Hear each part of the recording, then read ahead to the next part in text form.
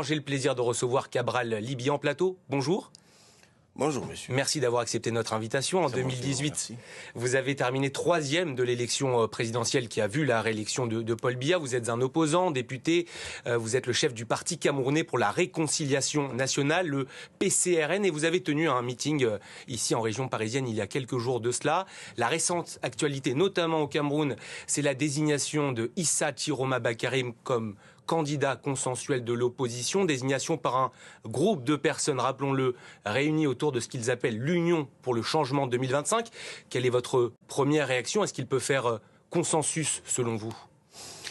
Alors le consensus dont on parle au sujet de mon concurrent, dont vous citez le nom, n'est pas plus important que celui qui s'est construit autour de ma propre candidature. Je rappelle que ma candidature agrège autour d'elle des hommes de culture, des hommes de science, des acteurs de la société civile dont l'implication est très prépondérante et réelle et effective dans les vies des compatriotes, ce qui s'est d'ailleurs ressenti ces 10 derniers jours lorsque j'ai dû lancer à Kribi, à l'extrême sud du pays, ce que nous avons appelé la vague orange et qui a déferlé sur l'étendue du territoire parce que nous avons fait le pays de part en part jusqu'à l'extrême nord du pays où des centaines de milliers de populations sont venues à notre rencontre pour nous dire qu'elles épousaient la vision qui est la nôtre, le Cameroun qui protège et qui libère les énergies, qu'elle partageait totalement le projet qui est le nôtre. C'est quand même 400 pages d'un ouvrage que nous avons publié, le manifeste de la rupture et du progrès, et qui nous annonçait qu'elles étaient en train de s'enregistrer à masse dans la plateforme que nous avons mise en place dans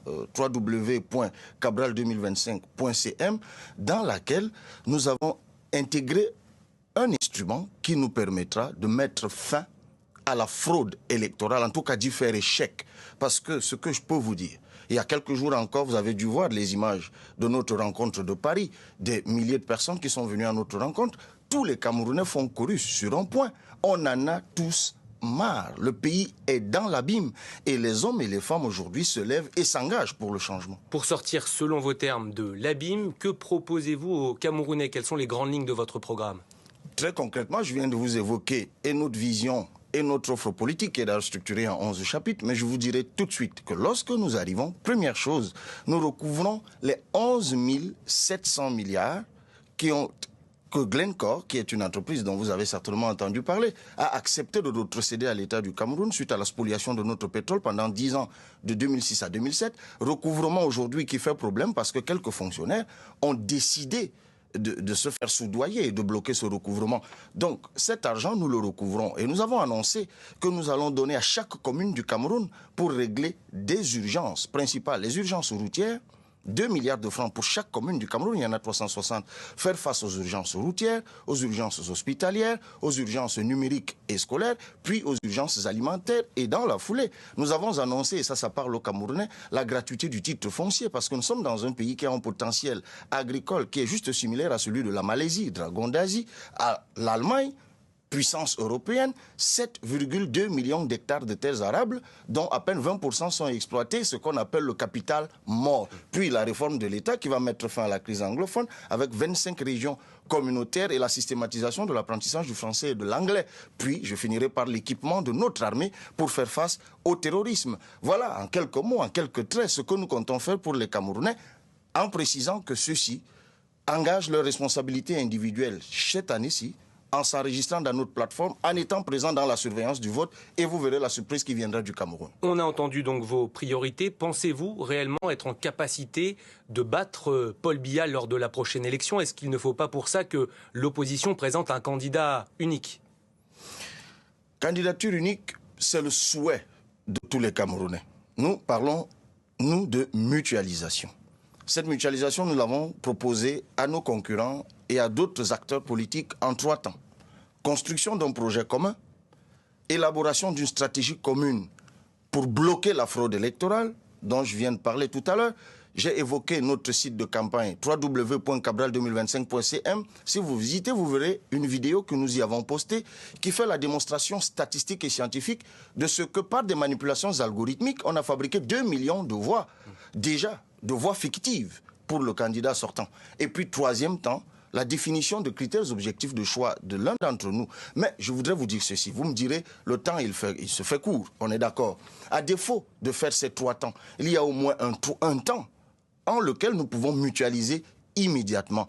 Et nous avons saisi ELECAM, par exemple, Elections Cameroun, pour proposer que nous, les concurrents, nous soyons associés au toilettage du fichier électoral, que nous, les concurrents, nous soyons associés à la désignation des présidents de bureaux de vote. Il y en aura 31 500 au Cameroun cette année, et il n'y a pas une seule disposition légale qui dit comment on désigne les présidents de bureaux de vote, qui, in fine, sont souvent les cadres du parti sortant, puis qu'on nous autorise également à apposer des timbres qui nous soient spécifiques sur les PV pour qu'ils soient reconnaissables dans tout le processus de décompte des voix. Sur des points comme cela, nous pouvons mutualiser. Tout le monde est d'accord parce que la surveillance du vote, nous en sommes tous bénéficiaires. Donc, quel que soit le bout par lequel on prend cette affaire, nous les candidats et les autres acteurs, même ceux qui ont été recalés, qui se sont engagés à cette élection pour le changement, nous les appelons tous à se mettre ensemble, même les amis du Cameroun. Je le dis au travers de votre antenne. Tous ceux qui veulent aider le Cameroun, qu'ils nous aident à surveiller le vote. Voilà autour de quoi la mutualisation, pour nous, prioritairement, doit se construire. Dernière question, plus qu'une élection présidentielle, pour beaucoup d'observateurs, c'est un référendum pour ou contre Paul Biya. C'est votre sentiment également? On rappelle qu'il est à la tête du pays depuis 1982. Je vais vous surprendre. Je viens de vous dire que je fais le Cameroun de part en part. Moi, je suis un homme de terrain. Ma candidature, c'est une candidature de travail. Nous avons travaillé à implanter le parti, nonobstant l'acharnement et la persécution dont nous avons été l'objet de la part des membres du gouvernement pendant 2 ans. À l'Assemblée nationale, nous avons adressé les problèmes des Camerounais, que ce soit les infrastructures, les enseignants, les hôpitaux, l'augmentation des prix du carburant, les contrats miniers frauduleux. Nous avons proposé ce projet dont je vous parlais tout à l'heure. Nous, c'est cette candidature que nous portons. Et je vais vous étonner en vous disant que la question Paul Biya est aujourd'hui une question secondaire.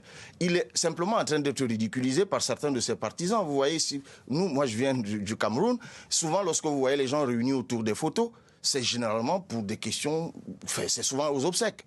Donc maintenant, on est en train de nous offrir un spectacle où les gens s'agglutinent autour des photos, ils disent qu'ils battent campagne, tout ça est absolument ridicule. Et moi je vous dis que pour les Camerounais, c'est une question devenue secondaire.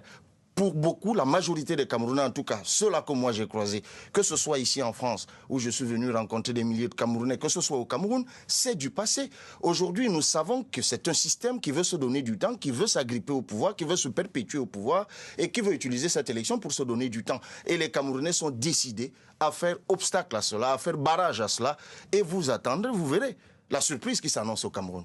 Et l'élection, c'est donc